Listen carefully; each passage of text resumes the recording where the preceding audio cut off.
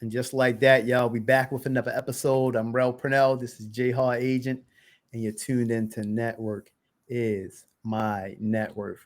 We got a great topic today. Great topic today. When to walk away from your business. So, my entrepreneurs, my business owners, this is a great one. Tap into this one. And I'm going to let you kick this one off, Jay. All right, let's do it. So, Yeah. that very difficult and tough topic, and I'm gonna take it a step further. In this time that we're together here, we're gonna also discuss walking away from a successful business, right? Because there are plenty of people that walk away from businesses that failed, and I ain't saying that like I didn't had ideas in my entrepreneurship journey that never made it up the notebook. Yeah. So it's no judgment here at all. But we gonna get into a personal business venture of ours that we walked away while it was successful. So, but I want to give a 30-second quick conversation just from a general business perspective. So, when evaluating the success of a business, the long-term viability, in my opinion, you can't be emotional. And I get it. I say that because certain people become business owners through passion, right? You start cooking as a chef and you fall in love, so you open a restaurant, so on and so forth. For me, I have no emotional attachment to business. I'm in the real estate business right now because I feel like it's the season that God has me in, and it's something special. But if anything changes, the market crashes, fails, I am more than willing to pivot. Right? I'm not married to any idea, um, and I feel like I got a skill set that can keep it moving. But I think sometimes entrepreneurs just get caught up and get emotional. Um, and instead of knowing in advance that the ship is sinking, they just drown with it. So, you got to have the ability to move around. We talk a lot on the show once again about pivoting, and sometimes you got to be comfortable enough to know when to walk away from a business when it isn't failing. What's your What's your thoughts on that, bro? Before we get into the specifics of our situation. Ooh, when to walk away from a business when it isn't failing. So, few things I will say to consider because obviously you want to make the best decision that you can. Me nor him can tell you yes, you must walk away. That's going to be an ultimate decision that you make. But things to consider. Um, the why behind you started it. Has that changed? Um, maybe it was a passion project that turned into an actual business, and the passion is behind it no more. Maybe it feels like work, and you feel like I'm getting burned out, um, and I don't want to do this anymore. If that's the case, is there an option for you to maybe bring someone in to help with the logistics and running the day-to-day business while you behind the scenes, especially if it's still profitable, like you said. Let's say it's not failing, it's profitable. Um, Other things to consider, I would say, is are you receiving offers? If you're receiving offers for the business, you look at the financials, see if it makes sense to walk away. Is it a point where you at the let's say you like right now in real estate, you're at the top of the market. Let's say it's 2021, top of the market. Your realtor is telling you you should sell your house before the prices because the prices might drop. Um, and 2022 is looming around. We seeing interest rates going up. They might keep going up. Um, you sell, and that goes with business as well. Are you in an industry that's super hot and things don't nothing stays hot forever. Nothing stays hot forever. Everything is a coming and going situation for the most part. Especially if you're in one of those industries that's sort of caught on to a hot wave or a hot trend, maybe due to economic situations worldwide, or it's something that everybody doing. Um, Heard like the Airbnb space has changed. I'm in the car industry, so I'm always watching the car industry. Um, Car sales are starting to come down a little bit more. The Toro business I heard is changing. So what's really a lot to consider. And this is something that you probably should be thinking all the time, no matter if your business is going well, or if your business isn't going so well. You want to think about the longevity of the industry. This is an industry that may not be around 10, 15, 20 years from now. Is it something that, maybe you should cut ties with right now and take your profits and maybe pivot and move on and implement a little bit of those talents and experiences to roll over to your next venture? So those are my little tidbits of things really to consider. When it's time to walk away from your business. I'm with you, and I'll give a couple quick tidbits before we get into our specifics. Um, Really, just understanding where the industry your business is in is going, and I think that's the biggest, in my opinion, flaw that I have found in businesses is that your business may be doing so well right now that all of your money being spent, all of your direction, your business plan is just looking at what's going on right now, but you don't know where your industry is going. Yeah. And the key is, I made a statement earlier about a lot of people end up wanting to drown with the sink. Sometimes your industry is out of there. My 30-second example of that is the taxi industry. I, in my lifetime, never thought that taxis would go anywhere, especially in a major metropolitan area like New York or etc. But in my career, I worked for an organization that had a portfolio of worthless taxi medallions because the Uber business and the Lyft business came in, and it really put individual independent business owners like taxi drivers in a bad situation.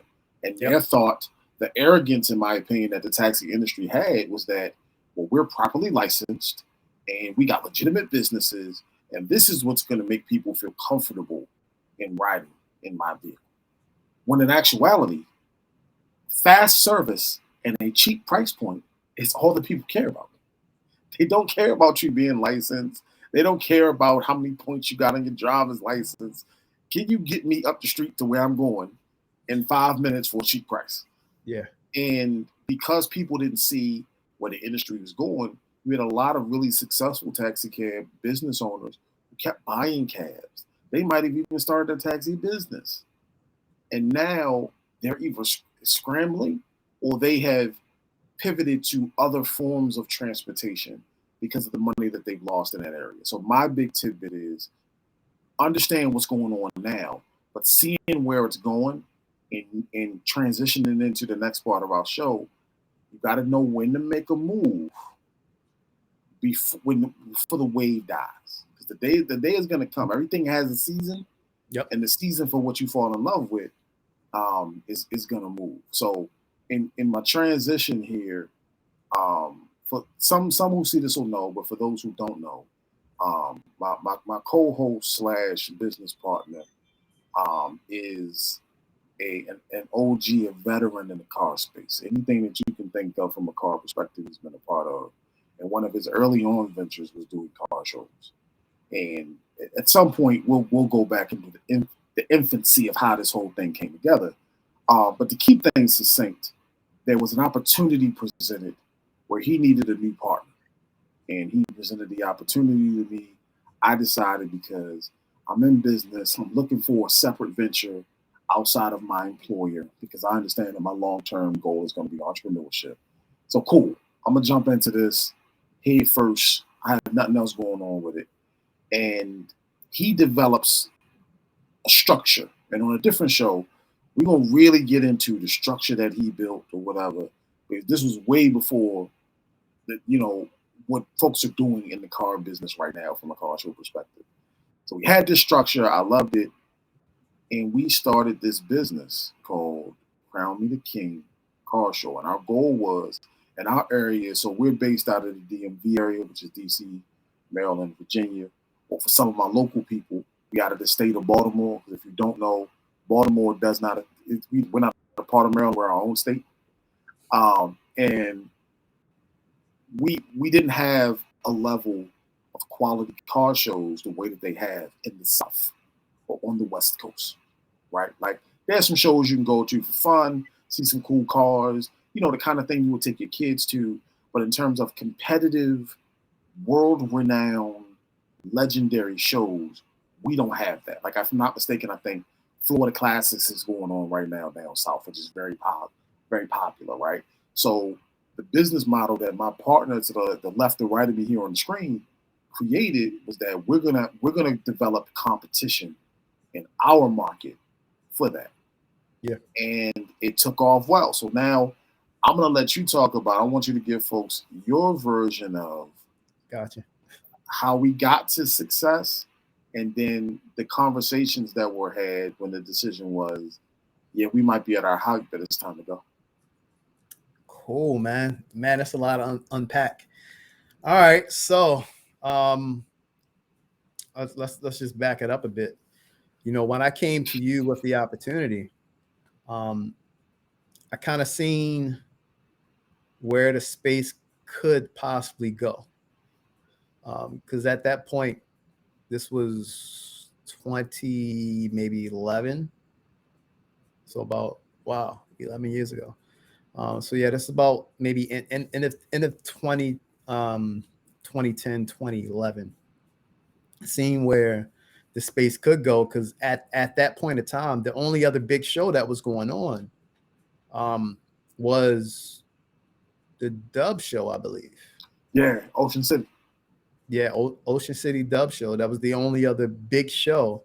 But there weren't really any other big shows in the DMV at that particular time. We're talking 2010, 2011. Well, hold on. Let me pause you real quick, because there were some other ones there. They just didn't get the light shined on them, right? Okay. So I know BFAC had their show. Yeah, that's right. They did. Yeah. That was crazy. Salute to I can't think of the biz name, but my homegirl Keisha. If you see this, she developed a show that was fire. It's just it wasn't getting notoriety. Like, because Dub was already a magazine and already had love, they were theoretically the number one. But anything else that we had here that was jumping was not getting the love across the U.S. Yeah, 1,000%, 1,000%. And that's what I was heading to, 2010, 2011. As I noticed, as we started to dive into more of the space of trying to be the figurehead of the DMV region, that's when we noticed, okay, hey, look, here's other people that's in our realm as well that maybe can be beneficial to us to support, attach our name to, so that we can also not just elevate ourselves, but to elevate the culture in the whole DMV region, so that we can be looked at similar to down south. Because the whole name of the game was to try to put the city on. Back when I used to make the DVDs. One of the first DVDs that I made was called Welcome to Baltimore. And I would ride all over town, for like that whole season, just filming cars throughout the whole city. So similar to when we, sponsored other shows, showed love to other shows, put them on our website or whatever the case might be. It was all about, shining love on the DMV. Going to the other shows, entering our cars, bringing out the whole team and everything like that. So one of the main goals was to eventually put on the DMV region so that we can be seen, similar to the other regions. We even had Midwest Street Riders come down at the height of, the whole car club, car show culture. Just really put it on for the city. Put it on for the DMV. But to go back into it, our whole goal from I think our first Crown Meet the King DMV was to reach a pinnacle to where we're either hosting a show similar to like a Dub Show, an Ocean City car show, to have it either at the Raven Stadium, to have it at the Oriole Stadium, or even a convention center, to have a big show like that where we're not just in a parking lot and not just for locals, but for the whole Northeast, kind of Southeast region, that hey, this is a big event. This is a moniker event that you need to come to, bring your family to, similar to like what DJ Envy is doing. You know, we had a whole goal of, okay, we're going to start in DMV. Then we had people that we wanted to tap into in Charlotte. We had people we wanted to tap into in Georgia. So we was going, the goal was to pop in the DMV. Once we, you know, set our stamp on that, we wanted to take the show on the road and, you know, just continue to do it. But I think at the height of it, you know, and this is, and we can go into a little bit more detail if you bring it up. I think 2012. So from we threw 3 shows, 2010, 2011, 2012. 2012 was really the test phase to see if we were ready to go to the next stage, if we were ready to invest those, you know, hundreds of thousands, 6 figures into moving a show to that next level. As I mentioned, Orioles, Raven Stadium, Convention Center, and, you know, try to really bring out this big show. And 2012 was great, but to our standards, or at least to my standards, I mean, we had to talk. It wasn't good enough. It wasn't at that point like, man, it's great. Let's go ahead and invest. Let's put this bread up and let's do it. And, you know, we said we're going to try it again. 2013, again, great show, but it wasn't to the caliber that we were ready to go to the next level. So we had 2 shows that wasn't up to our standards.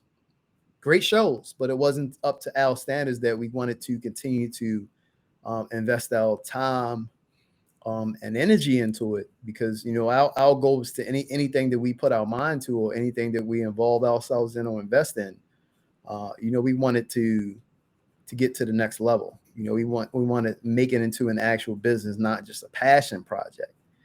And, you know, going over the analytics, the demographics and everything, I think we came to a decision that it was time to cut ties while we were still at the top. Over the course of time, we noticed the changes into car meets versus less car shows. I don't believe there were tons of car meets going on at that time. It was still, you know, just meet up at the parks, either in DC or in Maryland or in Baltimore. There weren't a lot of cars and coffee events going on like there are today. And again, we're talking about 10 years ago, and, you know, in the DMV region. So I think we got out at a real good time. You know, people wondered why. And, you know, that's my point of view of the reason why we, you know, started it. We had fun, and, you know, the reason why we got out. And, you know, I'm thankful for the experiences and everything like that, because that led me to my next venture that I'm in right now, you know, still dealing with cars, you know, renting out luxury cars and, you know, Sprinters and everything like that. So I'm still in the car industry, but, you know, just basically in a different realm of cars. But, you know, I'm thankful for CMK, man, for sure. 100%. So my version on my side is similar to yours. I mean, pretty close. But I guess what I would say is, to your point, yeah, I think our final shows, I actually think that they were good. I just think where we were going and elevating, like, to add context, the way we set goals, I feel like individually, or even when we do business together, it's so far past where the typical normal goal standard would be, that technically you could say it wasn't up to our standard, and it was still amazing. Like we didn't have any hiccups. We got, like, community, not just the Baltimore area community, but the car club community supported us immensely, and I'm gonna speak to that at the end of my little stance. But it, to your point, it had ran its course, because we were already looking at where our business was going to go from a long-term perspective. We were looking at where the industry was going, and what we realized is that we were in the middle of a bubble. It went from Like I mentioned, BFAC. I mentioned Keisha. I can't think his name, but our DJ had developed a show of his own that was doing okay. But it had gotten to a point where it wasn't really as competitive because here's the other side of it is that what was considered the new school generation was UREL, guys like your bro Eric Randall, Wayne Johnson, a lot of the dudes in our age bracket that had taken it from the older heads and like kept it alive. But we also realized that the kids coming behind us didn't have the same love y'all had for the game. So it was like it's not the passion to it the way that the bike community has, where somebody was starting a bike club as a super young person, and then by the time they 50, they the president of the bike club. That's not what the car club scene was. And from what we saw, it was like, you know what, there's no long-term viability here. We're not leaving our DMV car community in limbo, because once again, you still had Keisha, BFAC, and Wayne show. You still had people that was holding down the community and keeping it moving forward. But the plans we had separate from car shows far exceeded what the max that we could go was with that. So we always wanted to go out. And when we say we going out on top, it wasn't a judgmental thing towards other shows or whatever else. We got love for everybody. It's going out on the top of our expectations. What I'm proud of is that we walked away. We started that business, or you started it, and I became a partner in it. We both had careers, families, working every day. We was getting together after work and strategizing and building this business. Any debt that we had for that business was paid off. Every employee we had was paid in full. There's no vendor, no employee we had, anyone that we worked with that can say that we played with their money, because that ain't how we operated. So I think we were able to do that by walking away at the right time. And I'm Mr. Parallel guy, but as a Baltimore Ravens fan, one of the great things that's made our team, we haven't won a lot of Super Bowls, but we're viable every year, is because the Ravens do a great job of cutting players before their talent has eroded, right? So you might still have talent in the tank, and you'll go and play a couple of years elsewhere, and when you're on the decline, making a ton of money, you'll do it for someone else.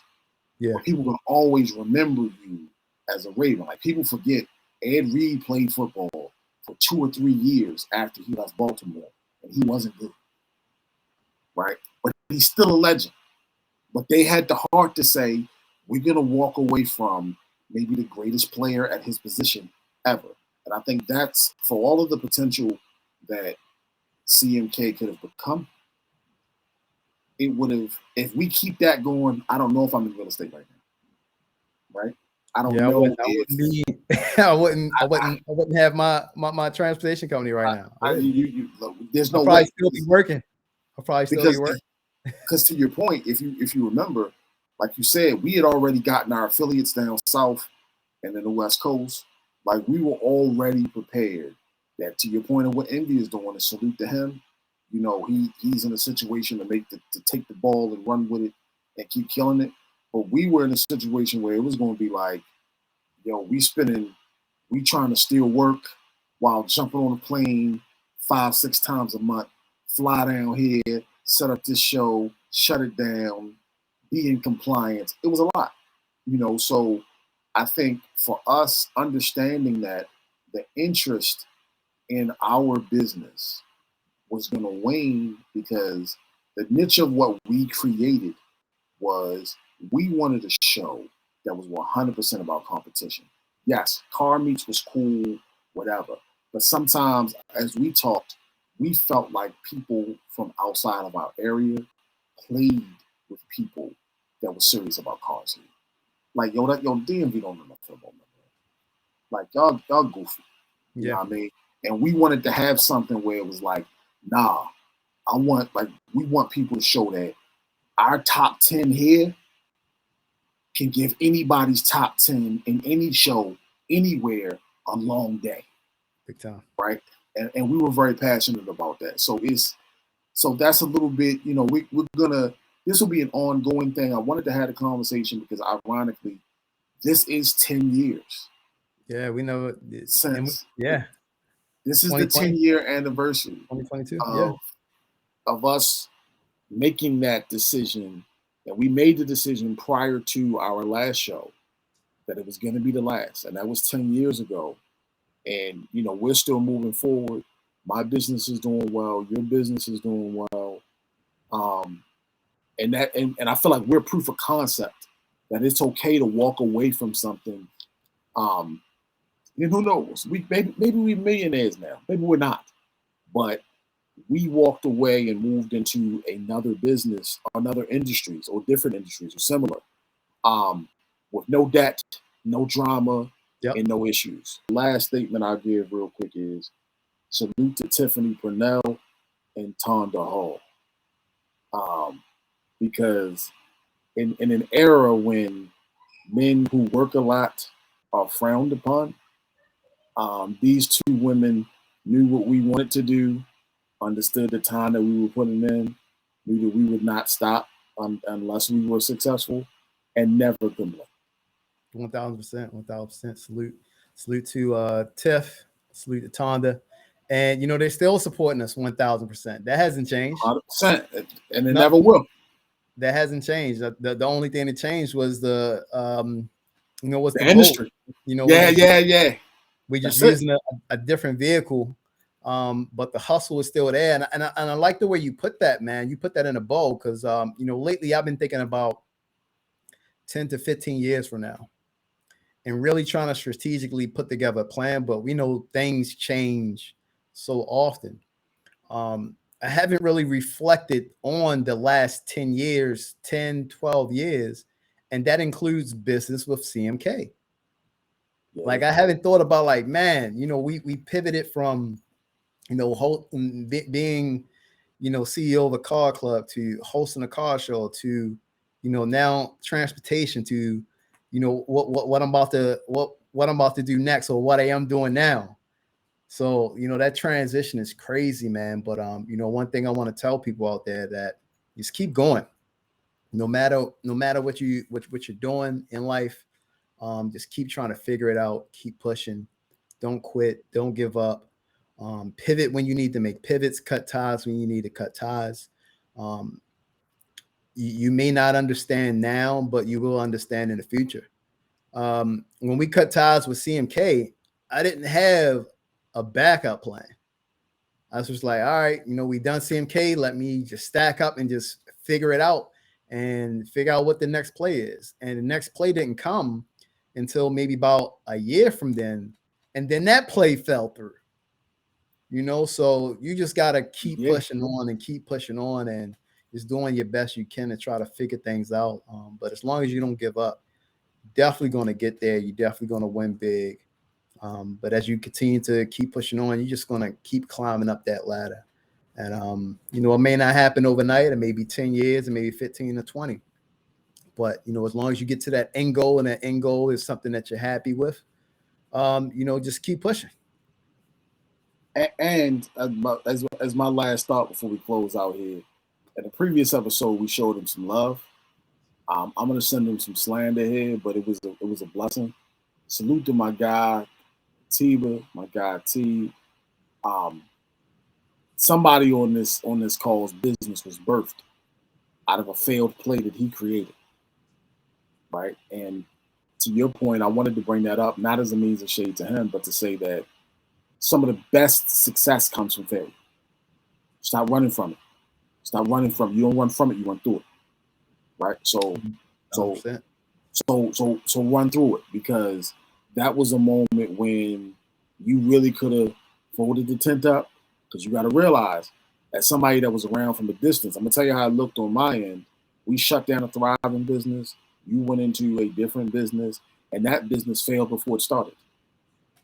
there was all proof of concept where you could have got salty about the fact that we walked away from a business that was already thriving, that this play failed, but you took the time to reflect from a non-emotional place and said, oh, I was supposed to go this direction the whole time. Yep. And it's been, and you've been waking up every day and opening the doors and turning the phones on to your business ever since. So, you know, my ending message is we don't want to rave from failure. We don't want to rave from fires. To survive, you got to run through it. Yeah. What's meant to be is what's meant to be. Because, man, that business that you speak upon, man, I had would have been great. Look, it would have been great. It would have been great. You know, I was reaching out to you to get you on board as well as amongst others. You know, we started to get the money pulled together to pull the trigger. We was ready. We were ready. And, you know, as I look back and reflect on it, like, man, yeah, that business could have been great. Maybe it couldn't have. But on the trajectory that I'm at right now, looking back from it, like, that was supposed to be like that so I can do something that I really enjoy. Because that wasn't something that was around my passion or, you know, dealing with cars or anything like that. That was, yo, we doing this for the money. Really, we were doing it for the money. Well, it was 100%. I mean, now it still was a very viable business, but yes, we were doing it strictly for the revenue, 100%. Which is not a bad thing. Not 100% bad.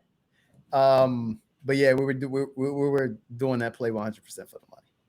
Oh yeah, by all means. Yeah. So those are my last words, man. I don't have anything else to say. What you got? Me either, my guy. I'm good. I'm gonna take the onus on myself to go ahead and close this out. You know, thank you guys again for another amazing episode of Network is my network. Like and subscribe, share. We got clips coming out, episodes coming out. Check out our content.